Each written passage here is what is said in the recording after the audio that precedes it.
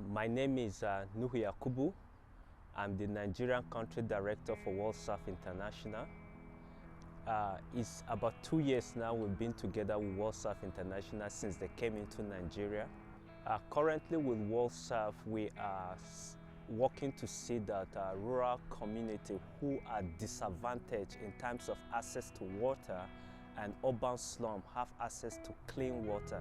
Basically, how we choose community to provide services to is in relationship with the Assemblies of God Church in Nigeria, but our focus currently is on Plateau State, where we want to test the ground to see how far we can go before we now expand into the whole of Nigeria.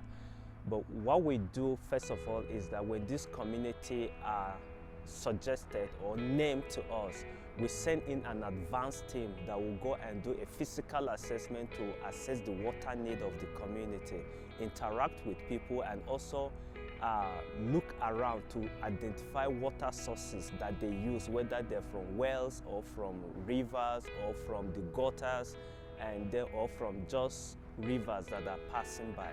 So when that is done, we compare the need assessment with other communities that are in need of water as well. Then we now categorize them based on which community do we go first.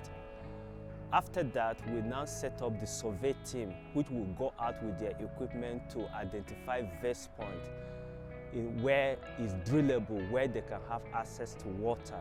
So when the survey team goes in, they do the survey in the community and mark out all the points that need or that can be drilled for water.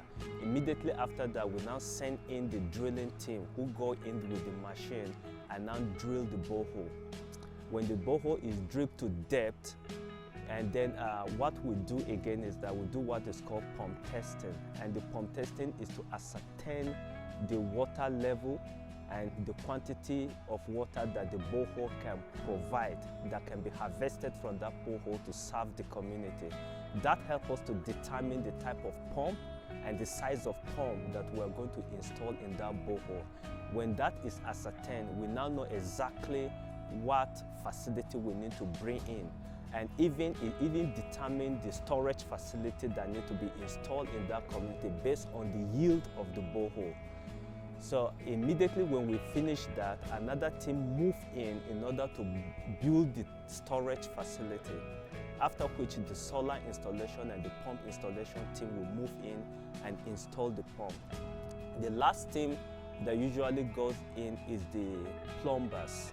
They work together with the solar installation team though, but they will move in and then build water collection points, like draw-off points in the community. Based on the geography of the settlement, we determine how many collection points are sent to what direction. And the list we have done in terms of coverage is 300 meters. And in 300 meters, we'll have 3 collection points with total of 12 points for each. This is done in order to reduce overcrowdedness in collecting water in one point, which we know it can result into some misunderstanding by those who come to collect water. But when you distribute the water collection point, it makes it easier, it reduces overcrowdedness, and then it reduces even the time that people use to collect water. And that increases their time to go to school, the time to go to market, and the time to go for their businesses. And the highest we have done is to reticulate water in one of the communities into 9 different locations covering 900 meters. And this is based on the size of the community and then the water need in that community. And primarily, again, we have already determined the level of yield of that borehole, knowing that it can serve to that capacity. Not only does WorldSurf provide access to clean water, but we also train community members on how to manage the facility that is being provided for in continuous service. And at the same time, again, we make sure that we train them on neglected tropical diseases, which is basically waterborne diseases. And then we train them on nutrition, and we train them on water sanitation and hygiene. In order to add value to the community, we make sure that we form village saving and loan association, where the community find a personal reason of communing together as a committee that is saddled with the responsibility to manage the water facility. They now have personal benefit. At the same time, they're able to provide service to the entire community by maintaining the facility to continue to provide service. With the help of WorldServe, in the last 1 year alone, we've been able to provide access to water to about 41 different communities.